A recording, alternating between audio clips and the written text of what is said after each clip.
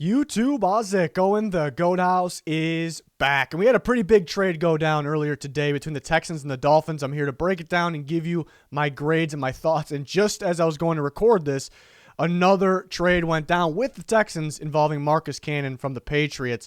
Please subscribe. We're going to have you covered fully through free agency in the NFL draft. We'll grade every single free agency signing, and we'll grade every big trade, kind of like this here.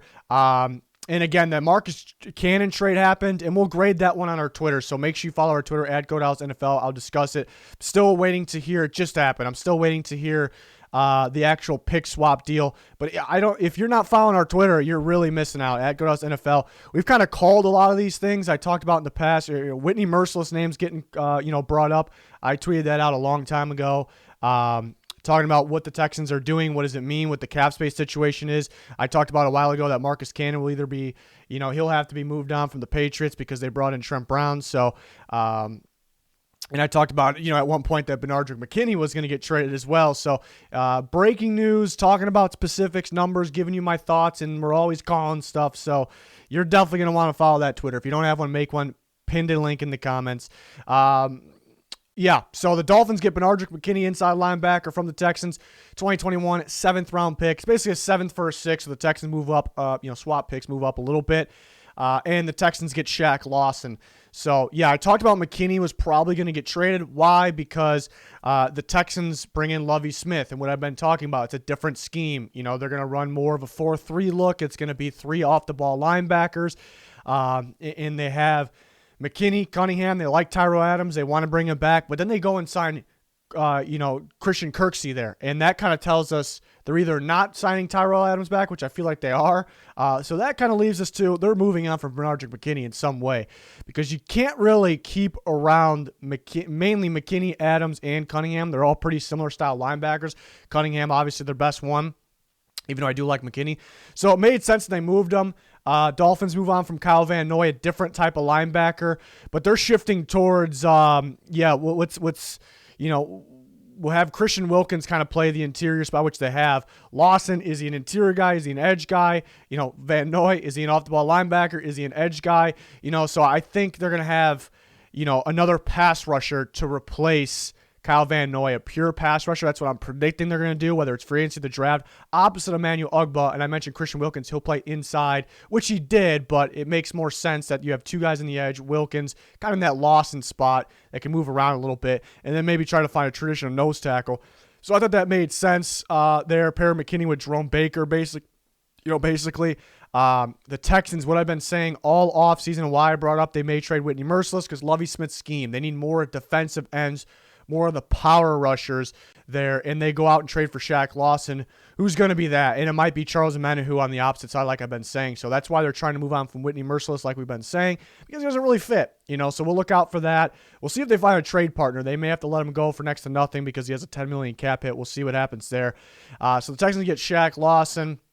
Dolphins get Benardrick McKinney. Pretty even in terms of the contracts. The Dolphins actually save a little bit more money, and keep in mind they cleared what getting rid of Van Noy, even though it's a little different type of linebacker there. But just to jump into the grades here, I like this for the Dolphins. I gave it an A. They were looking, he's going to replace Landon Roberts, and they're looking for an upgrade at the inside linebacker position. I think McKinney's a very solid inside linebacker. He does come with just over a $7 million cap hit. That's not bad or anything, though. He just got to stay healthy. So pair him with Baker, focus on getting an actual pass rusher. I think that's why they moved on from Van Noy on the edge to play opposite of Emmanuel Ogbah. All that makes sense. They were kind of a hybrid defense. They might just go more towards strictly a 4-3 look, perhaps. They'll probably still give a little bit different looks. It's Brian Flores, that's his game, but it just felt like they had one true pass rusher out there last year in Emmanuel Ogbah. Shaq Lawson is not going to make or break this team, not at all. He played pretty well for. It is weird though that they already kind of in a way gave up on 2 big players they signed last offseason, Van Noy, which I do really like Van Noy, but I understand what they're trying to do here, like I've been explaining, and Lawson. So I guess if there was a bad look within this, even though I gave it an A, they're I guess it kind of looks like their signings. You can't say they were bad because I guess they got something out of Lawson, and Van Noy is a good player, but I guess we don't have full confidence on their signings. If they're going to sign guys to big contracts, it's like, are they just going to want to get rid of them in no time? So that is something that sits in the back of your mind. I'm not really too worried, but again, it sits back there. Again, I gave it an A. McKinney's a big upgrade over Landon Roberts. They didn't have to trade. They swapped the pick. They had to trade Shaq Lawson, who's not going to make or break this team. McKinney, Baker, like that. McKinney's strictly, a traditional inside linebacker. Baker, he can move around a bit. So I think it's a good pairing. You don't want two of the same style linebackers back there. So I think it's a really good pairing. I gave him an A for it. The Texans, it's a weird one to grade. I ended up giving it a B-, maybe a little more generous than I originally thought. It's a tough one to grade because I'm not a fan of Shaq Lawson off the edge. Yes, this was the style defensive end that Lovie Smith was looking for. I've never been a fan of him off the edge, though. I didn't grade him as an edge rusher out of Clemson. I graded him as a 3-4 end or a 4-3, 3 technique. So basically a defensive lineman there. And that was, I kept saying, why he's struggling in Buffalo, because I think he's playing the wrong position. He goes to Miami. They move him around a bit, so he's not always in one spot. They're kind of playing him in spots where I graded him in gaps, that I thought where he belonged, and he played pretty well. Again, not going to make or break the team. So, did they necessarily get better? I guess they got better in terms of the fit because Merciless wasn't going to fit, but Merciless is overall he's been underwhelming too, but he's just a better pass rusher. I do like the idea of Menahu. Let's see what they do with him.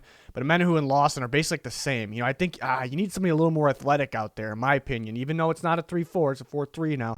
You need somebody that has a little more wiggle, a little more burst, quickness to him. So again, I'm not in love with Lawson out there, but he's $8.5 million cap hit. The other options were going to cost $12-13 million. So they have to make moves across their whole roster, which they're going to do now. So that's kind of a positive.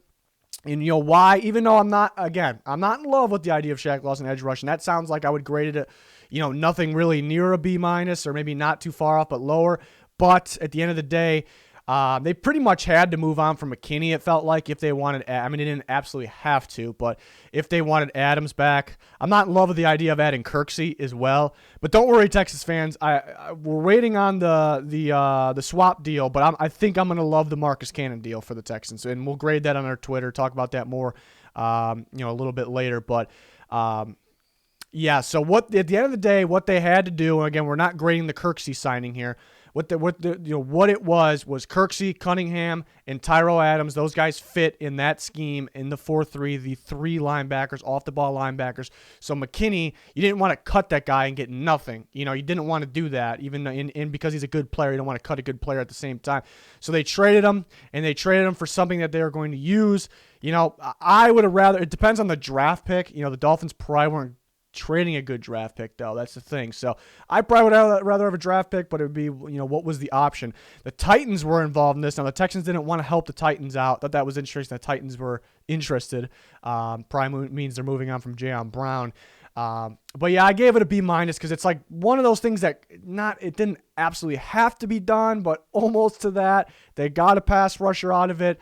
Lawson did show improvement last year, but he was playing more in the correct alignment last year. Now he's kind of going back to playing where he played in the Buffalo days, which were extremely disappointing. But I do think he's still better than those days. So we'll see. We will see. I did give him a B- because, again, it's kind of something. You got something for something you had to kind of, in a way, had to move on from. So, again, we'll talk about, Marcus Cannon for, I think, a swap of picks is what it sounded like. News might be coming out now.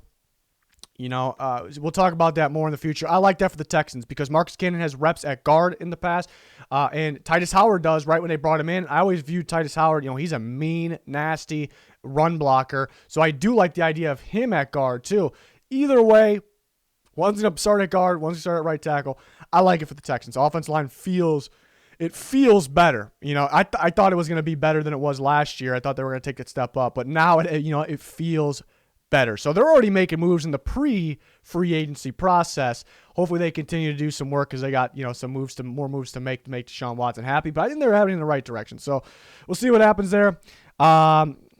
But those are my thoughts. The smaller deals that involve swap picks, like we said, we will talk about on Twitter. We break the news. We talk about the breaking news. We talk about rumors, everything. Yeah, we had a thread of free agency rumors, who's interested in certain receivers. A lot of news coming out. It all starts tomorrow. We'll grade every single free agency signing. We'll grade big trades on YouTube, smaller ones on Twitter. We got you covered more than anybody else. So subscribe. Follow the Twitter, smash the like button, turn notifications on. Any link that you're looking for, comments or description, check it out. Appreciate the support. Thanks for watching. Goodbye.